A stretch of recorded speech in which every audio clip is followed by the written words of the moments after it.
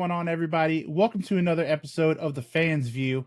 If you're like me, you're an early, mid-90s wrestling fan, then you're going to share in my excitement today. I've got a man, you may know him as Ahmed Johnson, World Wrestling Federation Intercontinental Champion. You might know him as Big T from his time in WCW. But now, he's just Tony Norris, and he's living a normal life, enjoying the fruits of his labor, we hope. Mr. Norris, how are you doing today, sir? I'm doing great, buddy. How about you? I can't complain. Another day above ground's a good day, right? Okay, you know that's right. We're just gonna jump right into it here at the Fans View because I'm not good at small talk. So, I know you've talked about it very sparingly in interviews before, but can you talk a little bit about where you grew up and kind of like what your childhood was like as a young boy? Well, I grew up in Kokomo, Indiana, and Lake Alfred, Florida, and my childhood, brother, was a nightmare. I'm serious. Being nightmares were made up. I had a father who, for some reason, was real abusive. I mean, and to the point, to one time, I even got hot boiling water poured on my stomach. Yeah, and my My stomach started goodness. bubbling up.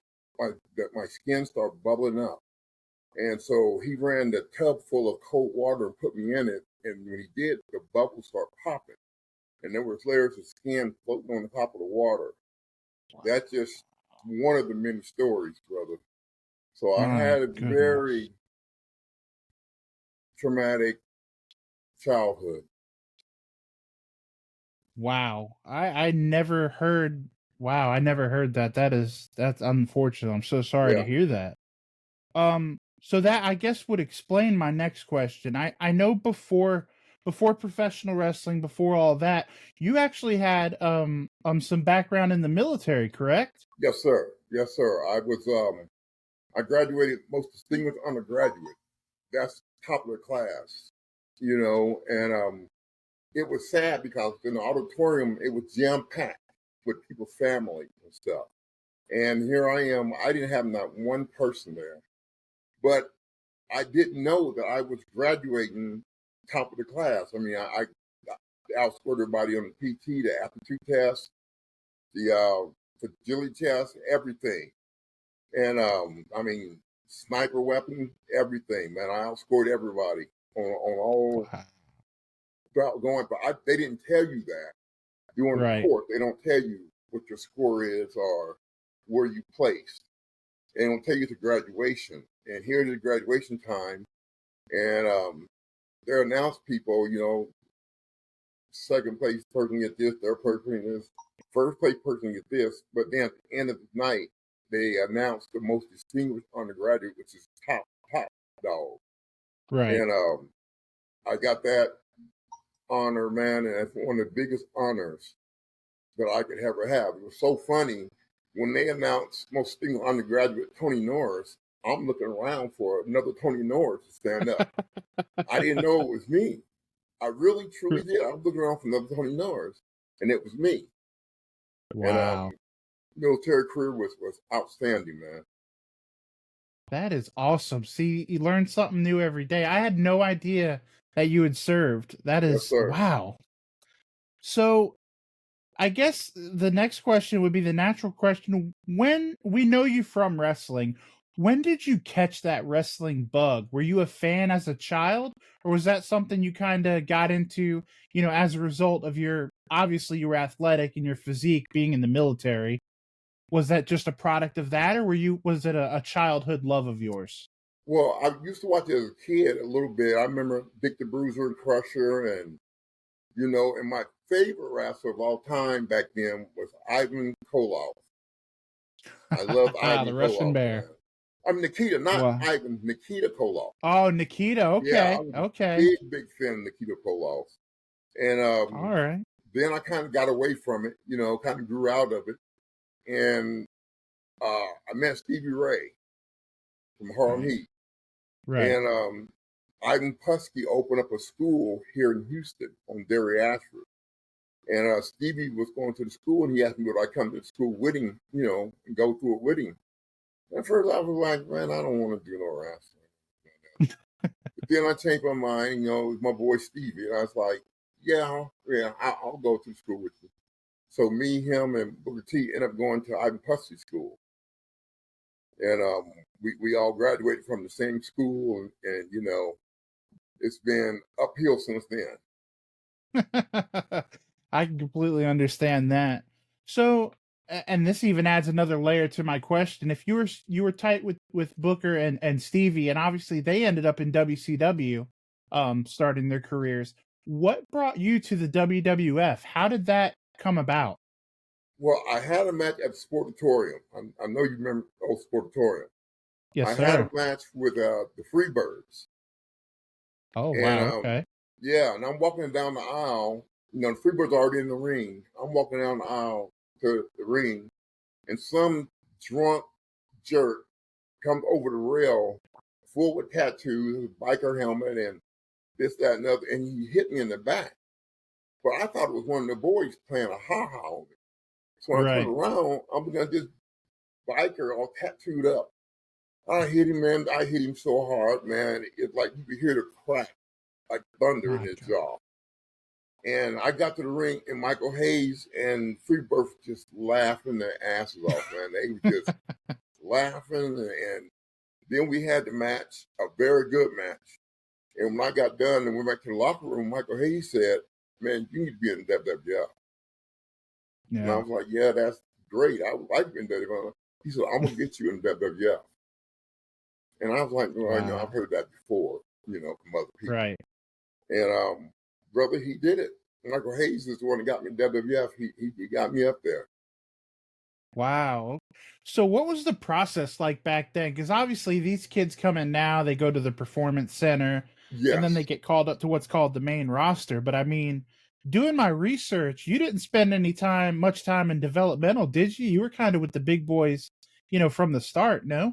Yeah, I just got, sucked into it. I was such a great athlete until it wasn't difficult for me to do. Right. And Right. like I said, and Michael Hayes noticed that, and he got a tape and sent it up there to Vince. And next thing I know, I get a phone call from Vince McMahon. But I don't think it's Vince McMahon. I thought it was one of my friends playing a joke on me. So I was rude to him, man. I was like, he asked me questions. I'm like, yeah, okay, yeah, whatever. Yeah, he said, well, he's laughing. And he said, I'll have you a ticket there tomorrow morning.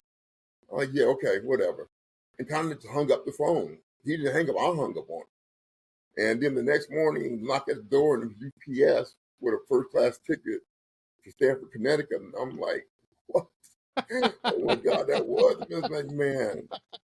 And I got there and he started laughing when he seen me and I just apologized to him like 100 times. I'm so sorry, I didn't know you. And he just laughed it That's off. good. That's fantastic. That might be the best signing story I've heard. Um, so you got to WWF in '95, late '95, I want to say, but by May of 1996, you already made history for the first time in your WWF career, which we're going to talk about a little bit later. But you actually won the first ever and maybe the only Kuwait Cup in Kuwait Yes. City. Do you have any memories of that tournament specifically, or any overseas tour stories for us? Oh man, I really don't have any great stories, but I loved it when I won the Kuwait Cup, man. It was like you said, it was the first one and the last one. And Right. I had to fight Steve Austin. I beat Steve Austin, Triple H, and Owen and Farouk, and then I made it to the top. And it was just great, man. It was unbelievable. And one story I have is when I was in Kuwait, I was in my room and my phone rings and it's one of the agents. And they like, Ahmed, I need you to come down to the lobby right away. I'm like, for what? He said, just get down here.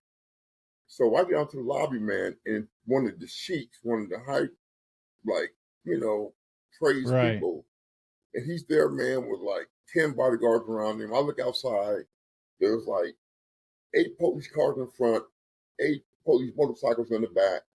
And he's like, Ahmed, Wow. I would love for you to come with me for a minute. I didn't know where we were going. And he took me to the mall, and the mall was jam packed with Right. cars. And I'm like, looking at him, and I said, your people must really love you. He said, no, they're not here for me. They're here for you. And when I got off Wow. that limousine, there was one guy, man, on his hands and feet, crawling, trying to touch me. He just wanted to touch, my jeans. Right. And so they were beating him back with sticks, and I told the cops to ease up on that. I'm all about that. They can touch me whatever Yeah. they want to do. So we go inside the mall, and there's nobody inside the mall except for the shop owners. They didn't allow nobody in to let you own one of the shops. And Right. man, they started giving me blankets, golden rings, everything. When I left out there, I Wow. had to give some of it away because I had 2 months to claim at the duty station. So I had to give some of it away. But yeah, they Wow. showered me with gifts, man. It was unbelievable. That is amazing. That's fantastic. You just mentioned when you were talking about that tournament, you named a who's who of WWE royalty. At that time, 95, 96, 97, during your heyday, you had the likes of Stone Cold Steve Austin, Triple H, Shawn, Undertaker. Who were some of your favorite people to work with during that time, during your WWF run? You know who my number one person was to work with? Was Vader. Really? Yes, because Not many people say that. yes, because I was stiff and he was stiff. And I Yeah. remember before our match, Vader came out to the locker room and sat next to me, and he was like, "Brother, I'm gonna lay him in there on you." And I'm thinking he's joking, you're not gonna lay him on me, he ain't gonna do that to me, like I seen him do jobbers like that. And Yeah. I'm like, you're not gonna lay it on me. He's just joking. The first hit he gave me in the ring, brother, it was one of them, how he does them punch things. Yeah. He rung my bell, man. And I was like, oh, okay, this is the kind of match you want to have. So we was bumping each other, man, and shooting on each other the whole match. But what I liked about it was he we did it with respect for each other. We didn't try to Right. kill each other, but Right. you knew that you were hit. Right. And we got to the back, man, and I told him that was one of the greatest matches I've had. Wow. Yeah, people definitely, when they talk about Big Leon, they definitely talk about him being stiff. Very stiff. I guess I don't want to be too negative today on the show, but I have to ask, on the flip Uh-huh. side of that, is there anybody that you like just did not enjoy working with? Well, I would say Jeff Jarrett. And Yeah. not that it was Jeff Jarrett's fault, it was my fault because I was green.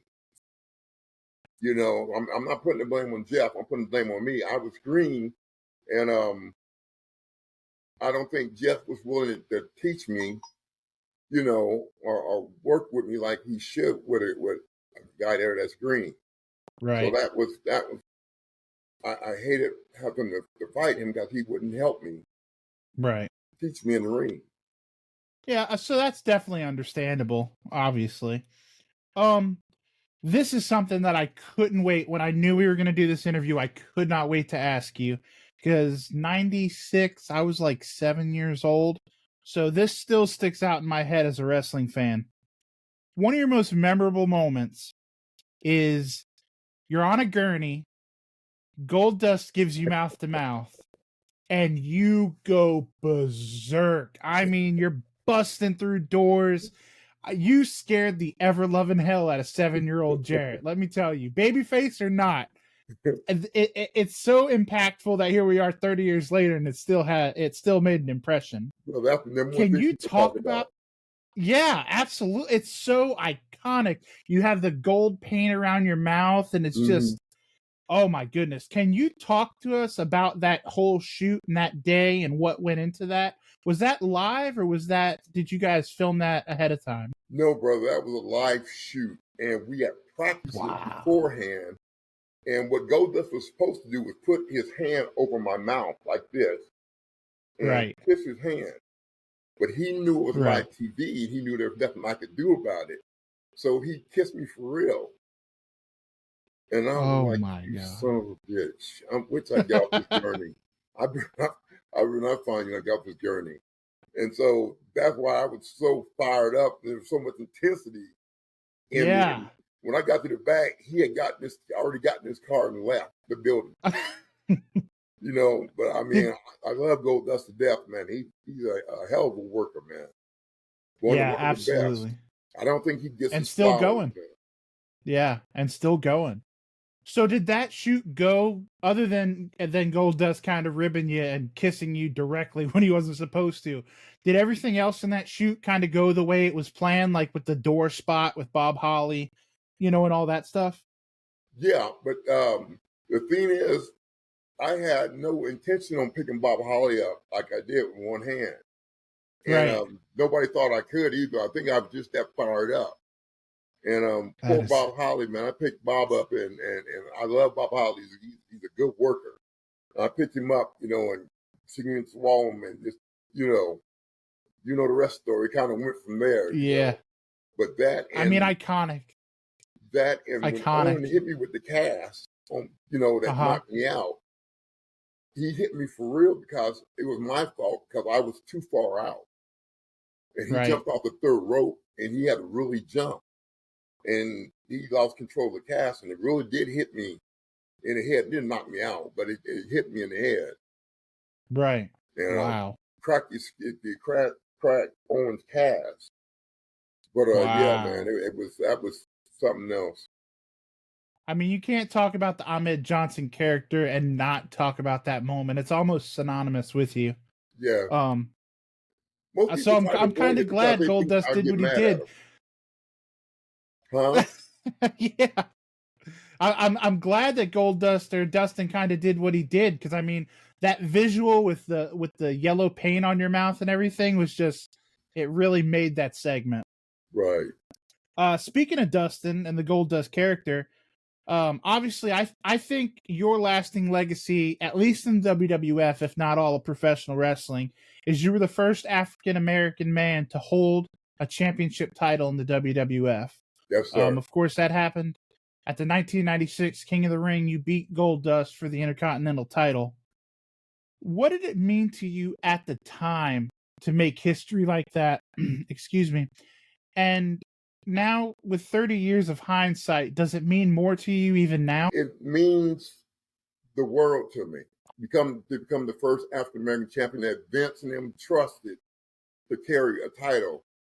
But to me, a lot of guys were passed up. Like I think Junkyard Dog should have had a title. I think Kamala should have had a title. Then you got Big Ernie Ladd, Bubba Brazil, all these guys, and I end up the one being the first African American with the title, which was unbelievable, man. Yeah. So after winning that IC belt, obviously you shot up the card for Ahmed Johnson. The sky was the limit. I think you even won a battle royal, and we're about to get a WWF like big belt Yeah, title match right after SummerSlam. But then unfortunately you were sidelined with some kidney issues, I believe. Can you talk right. a little bit about that time in your career and what was going on? Well, Farouk is the one who ruptured my kidney.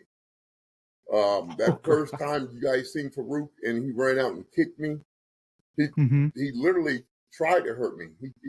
We talked about it later, and he said he was jealous because he's been in the business for 15, Long time. 16 years, and here I was hadn't even been in business a full year yet, and they wanted to put the strap on me.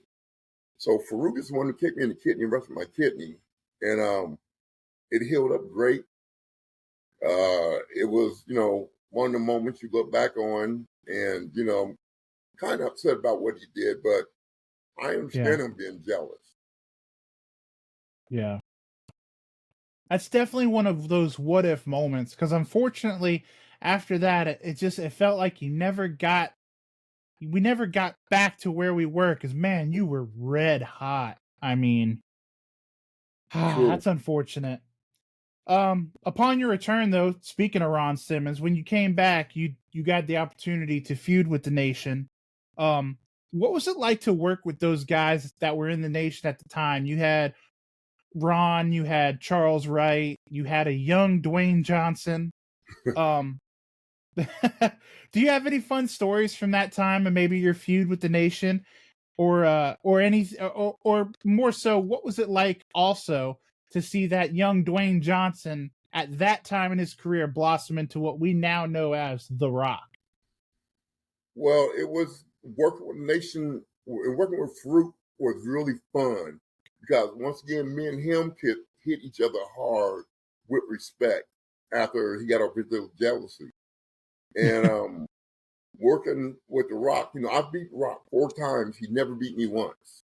I think I'm the only guy he never beat, and I beat him 4 times. I And love that. and when he was Dwayne Johnson, man, he was really, really cool. But as he started becoming a Rock, you could see the change in the attitude. Right. It kind of got to his head, I believe, a little bit. Yeah. I've definitely heard that in some interviews that maybe kind of started to let the superstardom go to his head a little bit. Yes. Worked himself into a shoot. Oh, yeah. So unfortunately, it wasn't too terribly long after this, maybe a year or so after this, that you ultimately, left the WWF. And it's always been said that it was due to family issues, and maybe there was some racism viewed, backstage. Yes. What do you think would you consider your reason as leaving the WWF at that time? Well, my baby sister got sick with cancer. So it was traumatic. Your baby Yeah. sister, and it was traumatic. And then I was fine, but they want to do this angle with the Truth Commission, which I Right. love the Truth Commission. They were great workers, but they want to do this angle where they hung me from a rope, and I was like, that's going a little too far for me as far as racism goes. Because the history of black men being hung Yeah. slaves and being hung with ropes, and Yeah. my great Yes, great sir. great grandfather was hung in Tallahassee, Florida. And that just got a little bit too out the Too book for far. me. Yeah. That absolutely makes sense. Um, so after your WWF run, of course, you end up landing in WCW. Unfortunately, you landed in WCW at a point where I think Tony Schiavone said it best. It was kind of a coffin on wheels. Um, Hmm. what do you remember from your time in WCW? I mean, you did get to hook back up with Stevie Ray and Booker, and you got to form Harlem Heat 2000. You had a little bit of fun, it seemed like. But what was your biggest takeaway from your brief time in WCW? Well, first of all, I had no business going to WCW at that time because I was out of shape. I was hadn't been in the ring for a while, and I knew it. I knew I wasn't in wrestling shape. But Stevie Ray kept asking me, "Come on, man, just tag with me, just tag." And that's my boy. And so I couldn't tell him no, man. So I told him, "Yeah, I'll do it." But I was at my worst. Yeah. I was at my worst on WCW. But one thing about WCW guys, they don't talk shit behind your back like the WWF guys did. Right. WCW guys were, I mean, they were strong and cool, and they helped me out, which never happened in WWF. WWF, nobody helped me out but one person, and that was Razor Ramon. Razor Ramon would watch my matches, and when I get done with my match, he'd be behind the curtain and he would call me over to the side and say, "This didn't look good. This did look good. Do more of this, less of Right. this." Razor was the only one that wanted to help me out. Everybody else was just jealous that this greenhorn coming here getting to Right. become the first African American champion, and that didn't sit right with a lot of them. Even till today, Yeah. it doesn't sit right with a lot of them. Right. Yeah. So WCW at that time wasn't nearly as political, maybe as the WWF was. No, not at all. Not at all. So to put a bow kind of on your wrestling career, there's three things that I have to ask you. First of all, the quad pads. That was such a unique look for Ahmed Johnson. Where did that come from? The pads high up on your thighs, the way you wore them. I've never seen that before or since. It reminded me of when I played football, I was always taught to protect my thighs. So that's why I wore the thigh pads up there. Okay. That's so unique. I've always wondered that even as a kid. I was like, that's super cool. um Secondly, I know you do a lot of conventions and you get out and you get to meet the fans and stuff. How often do fans like to bring up the video game WWF Warzone? Do they ever bring that up to you? Oh my God, all the time. All the time. And they're really pissed off that I'm not in these new games. You know what I'm saying? Yeah. So they make the character, they make an Yeah. Ahmed Johnson character and put it in the game. And I've seen some amazing work that they've done putting me in the game. But they're really pissed off that I'm not in the game because, they're like, you were the only intense powerhouse that WWF really ever had. Yeah. Yeah. And then, It's since crazy. I Vince mean, is mad at I me, think you made it. Yeah. I think you made it into two video games. I mean, yeah, you were there well, for 4 years, I believe, three yeah. years. Well, Vince is That mad at me, it's so that's why I'm not in the games now because Vince McMahon is still upset with me for walking off, and he didn't seem to understand that my sister was sick, and it was, that morning I got a call from her doctor that morning, and he told me that she didn't have many days, left on this earth, and yeah, that same morning was the morning where he wanted to do the hanging me. And it was too much coming at me at once. absolutely, absolutely. No, I don't think any person in their right mind would fault you for the path you chose because unfortunately your sister left us about a week later, didn't she? Yes, yes, That's that's Vince just being just ignorant to the real world, I do believe. Um, my third question is, do you watch the product today? Are you still a wrestling fan today? I watch a little bit of it every now and then. I'll turn to it, but Do you have any favorites? not really. I mean, No. I don't watch it that intensely that to Right. have any favorites. But I do watch it every now and then, and you know, I like Bobby Lashley. I like I don't know what the guy's name is. He sounds like Steve Austin to me. His voice does. Man, what's his name? I LA can't Knight? think of it. That's him. That's him. Yeah. I Yeah. liked him when he was in NXT, Yeah. but Yeah. in the WWF, not so much. I'm WWE. Yes, I'm still saying WWF. It's WWE. always going to be the WWF to me too. Don't even Yes. sweat that. um so after your professional wrestling time, you've kind of laid low since.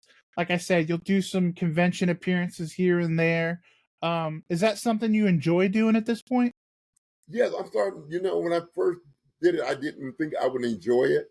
That's why, I mean, I had got calls before, way before, asking me to do it, and I kept telling them, no, no, no, no, no. Then one day I said, well, I'll go ahead and give it a try. And I enjoy talking to the fans, man. There's nothing more I like more than talking to my fans, man. Right. And speaking of things you enjoy, I know that you're a man of the community at this point in your life. Yes, sir. I know you do a lot of community outreach. One particular that I know you've mentioned is Save the Streets, a charity that you're invested in now. Can you talk a little bit about, what they do and what they are? Yeah, Save the Streets is an organization that feeds the homeless, and they go to like boys' homes and girls' homes and mental facilities and talk to them. And it's just a great organization, man. It's not very big, but it's great. But what I'm going to do is I'm gonna start putting some of it on the Facebook, so people can see me and they can see exactly what we're doing. And Right. it's just an organization I love being part of, man, That is because it tremendous. reminds me of me. I wish I had when I was a kid. I wish I had somebody there that saved me, from all Right. the beatings and the hunger and starvation and all the stuff that I was going through. I wish I had somebody that saved me. But Right. at that time, it was no save the streets. Right. Well, God bless you for giving your free time and energy and money and Thank you. you know to those kids that really need it. Like you said, you never know Yes, who's hurting out there and who needs somebody. yes. There's two things we're gonna bring this thing home.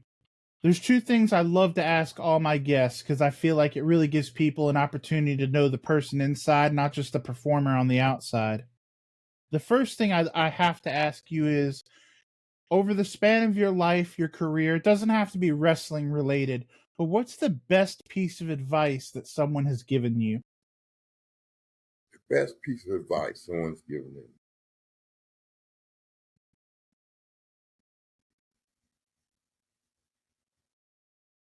I think my drill sergeant gave me the best piece of advice when he told me to always stay strong, always respect the person in front of me, and never let anything get to me to the point where I can't get rid of it, where it doesn't just roll off my back. And I think Right. that's the best advice that I've ever given, because with my intensity and my temper, I could have hurt a lot of people. Yeah. But Absolutely. my drill sergeant seen that in me, and he calmed that down in me, and he tested me all the time. So I think my drill sergeant gave me the best piece of advice. That's definitely universal, and those are fantastic words to live by. And finally, the last question. At this point in your life, wrestling's behind you. You're doing community outreach. As you sit there today, what does the term success, what does success mean to Tony Norris? Success to me would be to take a kid and bring him up to the level that I was at, and to let them understand that just because you're being abused or you're going hungry or whatever the situation may be, you know, keep on going, man. Keep striving for it. Keep striving for it. And success would be to watch one of these kids go to the pros, football or wrestling, whatever. But that would be my success story.